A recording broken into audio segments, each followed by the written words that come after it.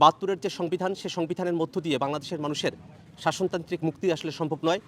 নতুন এক সংবিধান প্রয়োজন। নাগরিক কমিটি এবং বৈষম্যবিরোধী ছাত্র আন্দোলনের উদ্যোগে একটি রাজনৈতিক শক্তির আবির্ভাব শীঘ্রই হবে।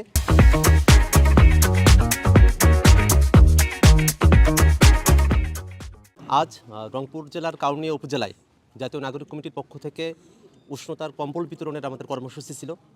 আমরা এসেছি, দেখতে পাচ্ছেন সারাটা দিন সূর্যের কোনো দেখা নেই। মানুষেরা শীতে অনেক কষ্টে আছেন।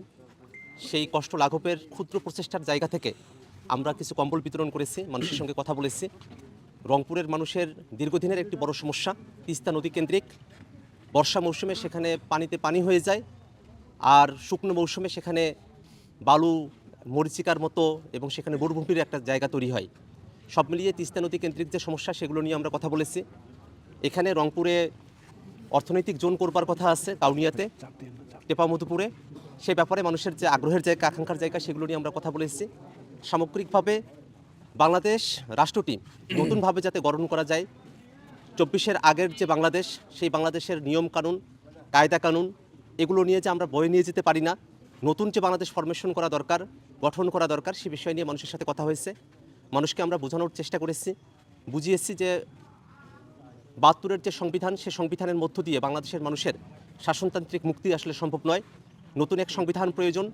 সে সংবিধানে জনগণের কথা থাকবে, রাষ্ট্রের বিভিন্ন অঙ্গের মধ্যে প্রধানমন্ত্রী থেকে শুরু করে নিয়ে সকলের মধ্যে একটা ক্ষমতার ভারসাম্য থাকবে। সে কথাগুলো আমরা বলেছি। মানুষের থেকে আমরা এই বিষয়গুলোতে ইতিবাচক সাড়া পেয়েছি। সব মিলিয়ে মানুষেরাও চায় যে বাংলাদেশে নতুন এক পরিবর্তনের ধাক্কা এসেছে, সেটাকে যেন সফলতায় পর্যবেসিত করা যায়। নাগরিক কমিটি এবং বৈষম্যবিরোধী ছাত্র আন্দোলনের উদ্যোগে একটি রাজনৈতিক শক্তির আবির্ভাব শীঘ্রই হবে। আমরা বারবার বলার চেষ্টা করেছি, অন্তর্বর্তীকালীন সরকার পতিত ফেসিবাদী আওয়ামী লীগ ছাড়া অন্য যে কোনো রাজনৈতিক শক্তি, বিএনপি, জামাত, বামপন্থী সংগঠন, সকলের প্রতি তারা রাজনৈতিক শিষ্টাচার বজায় রেখেছে। কারো ওপর কোনো জুলুম নিপীড়নের ঘটনা ঘটেছে সরকারের তরফ থেকে, এমন কোনো ঘটনা আমরা লক্ষ্য করি নাই।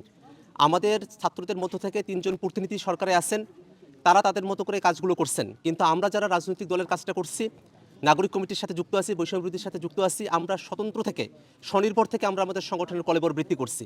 আর এ কারণেই সারা বাংলাদেশে ২০০-র উপরে থানা কমিটি আমরা এখন পর্যন্ত গঠন করতে সক্ষম হয়েছি। আমরা আশাবাদী জানুয়ারির মধ্যেই ৪০০-র উপরে থানা কমিটি হবে এবং ফেব্রুয়ারির মধ্যেই আমরা নতুন রাজনৈতিক দলের ঘোষণা আমরা দিতে পারবো।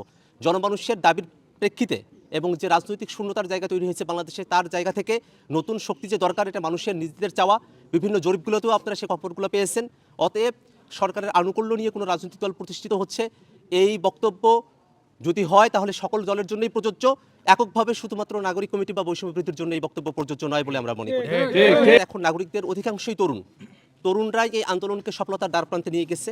জেনজি জেনারেশন যারা আছেন, তারাই আন্দোলনের প্রাণশক্তি হিসেবে কাজ করেছেন। এবং আমরা দেখতেছি যে রাজনৈতিক দলটি আসতে যাচ্ছে, সেখানেও নেতৃত্বে থাকবে জেনজি জেনারেশন, নতুন প্রজন্মের যারা তরুণেরা, তারা এই দলটির নেতৃত্ব দিবেন। অবশ্যই সেখানে নানা বয়সী মানুষের মেলবন্ধন ঘটবে। যারা সিনিয়ররা আছেন, তারা পরামর্শদাতা হিসেবে থাকবেন, তারা আমাদেরকে গাইড করবেন। একই সাথে তরুণরা যারা আছে, তরুণরা এই রাজনৈতিক দলের প্রাণশক্তি হিসেবে কাজ করবে।